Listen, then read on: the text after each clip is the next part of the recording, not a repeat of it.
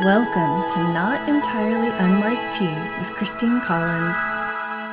Hey there, it's Christine Collins, and today we have an interesting topic that I have often wondered about, and perhaps you have too. When I notice something and I observe it as kind of a phenomenon that I feel is repeatable, whether it's something I've experienced or I've observed others experience, I start to get curious and ask questions. And one of the things that I have noticed that I've heard other people share about as well is that for some soon-to-be-known insightful reason, it seems that there are moments when counterintuitively, something like watching scary content, a scary movie, reading a horror story, something along those lines, something fictional, somehow reduces stress instead of increasing it. And I found myself becoming curious about why that is neuroscientifically. And it turns out that neurologically there are some interesting nuances to this. So of course we know that consuming something that causes anxiety or stress certainly can do things like raise cortisol and get our amygdala all activated and cause that stress response. However, there's a bit of a caveat. When you watch something that's frightening on a TV show, a movie, your amygdala, which is the part of your brain that processes the threats, activates as though that danger is real to you, and it doesn't necessarily distinguish the fact that you're sitting on your couch. If it sees something scary, it starts to fire. Your sympathetic nervous system kicks in, adrenaline gets released, heart rate climbs, body becomes primed for that fight or flight response. But what's interesting, though, is that at the same time that that's happening, your prefrontal cortex, which is the more rational, reasoning, logical part of your brain, is simultaneously processing and understanding that this is not actually real and not actually a real threat to you. It understands that you're watching fiction, and of course, to some extent, it might depend on how immersive that is. But what you end up with is this really interesting neurological split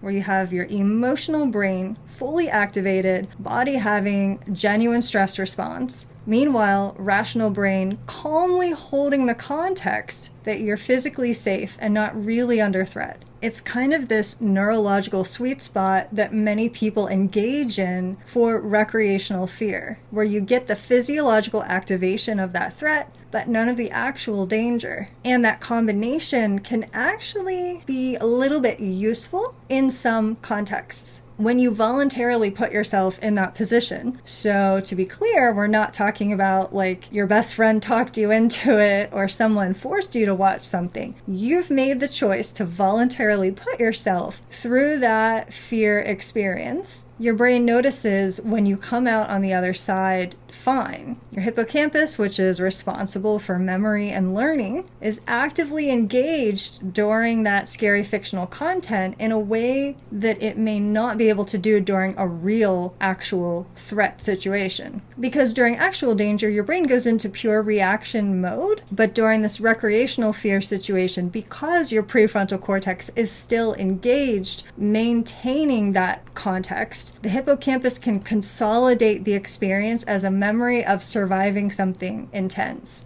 building this mental library of that felt like a lot and I was okay after. And over time, that little library, those memories, can have an effect on your stress response. People that engage with that scary fictional content sometimes can show even more resilience when they're under stress. Not because they become numb, but because their nervous systems have had practice moving through a high arousal state and getting back to baseline after. So that arc from scared to safe, repeated over and over, trains the nervous system to trust that, to trust the ability to return to safety and baseline. Now, I want to be clear that this may not happen this way for everyone, and the type of content matters because what each person considers to be fictional can wildly vary based on their experience. Because we all know that there are moments when certain fictional content feels a little too close to home, whether because it mirrors something that we're experiencing in our real world, or because it reminds us of a trauma in some way, or it is a representation of a trauma that we've had. So those things are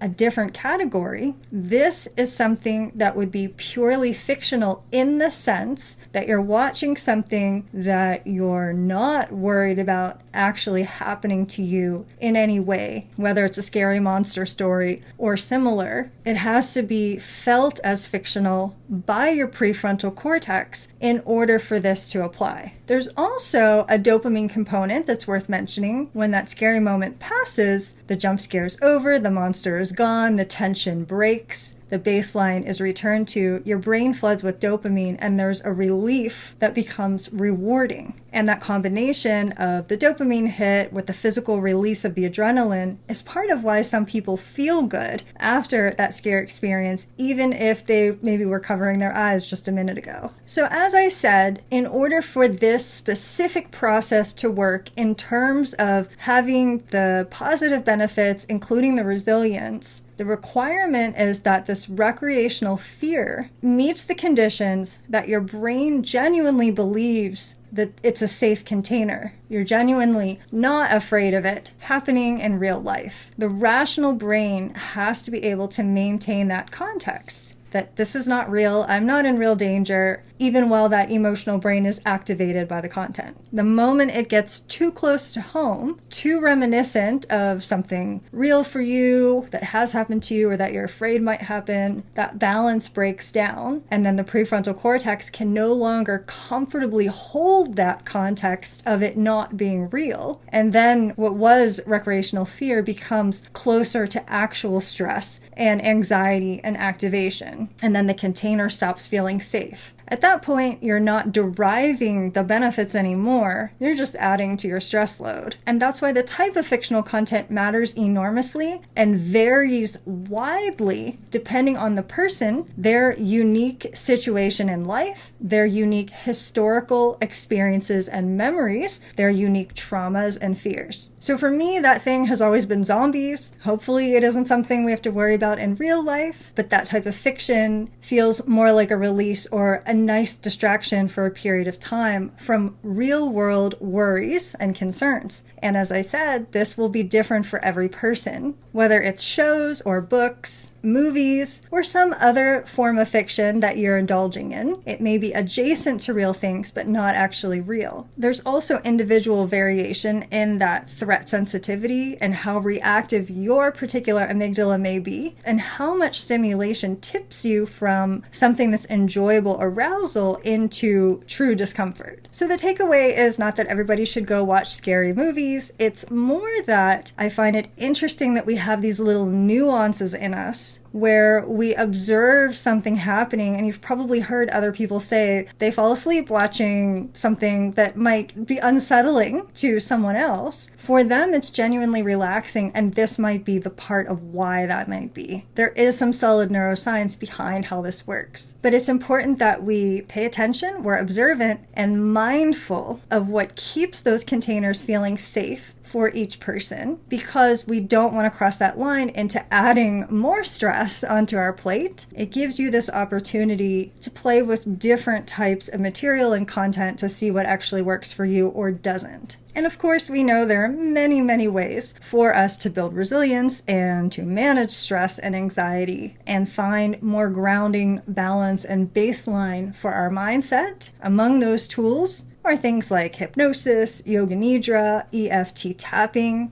are incredibly useful, well validated, and all of which I offer in my monthly mindset membership, the Hypno-Pothecary or the Poth. Info is always in the show notes if you'd like to check it out or give it a try. There is a special deal for podcast listeners. And I hope you found this to be interesting. And until we connect the next time, I wish you the most magical and creative rest of your day. Thanks for listening. This is Christine Collins at ravenmosaic.com.